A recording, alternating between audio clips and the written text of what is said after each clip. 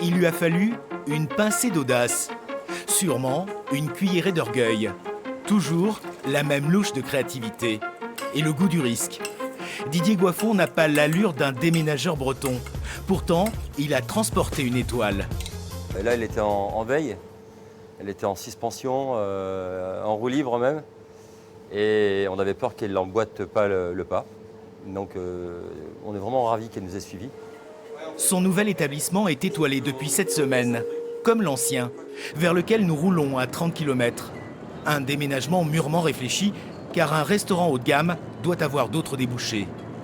Les gens venaient donc pour manger, mais ils voulaient dormir sur place. Et on s'est rendu compte qu'il nous manquait l'hôtel.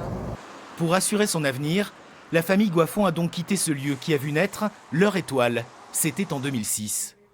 Ça a été très dur en fait tout au début parce qu'il y a eu l'euphorie. On a eu 40% de plus de réservations, ça n'arrêtait pas, midi et soir.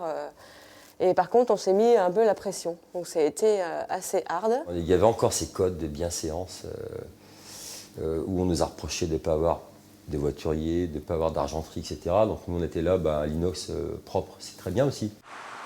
L'épopée culinaire reprend de plus belle, dans d'autres murs, mais devant le même piano. Après une absence imposée du guide rouge durant une année, Didier Goiffon mise toujours sur une cuisine récréative.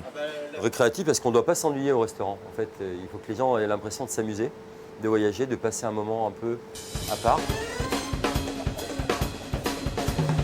C'est le moment où on va décider là. Qu'est-ce qu'on fait? Comment tu sens? Sur quelques notes de jazz, l'autre passion du chef, l'inspiration vient en cuisine alors que la salle se prépare. Un nouveau défi s'annonce, garder l'étoile dans ses bagages.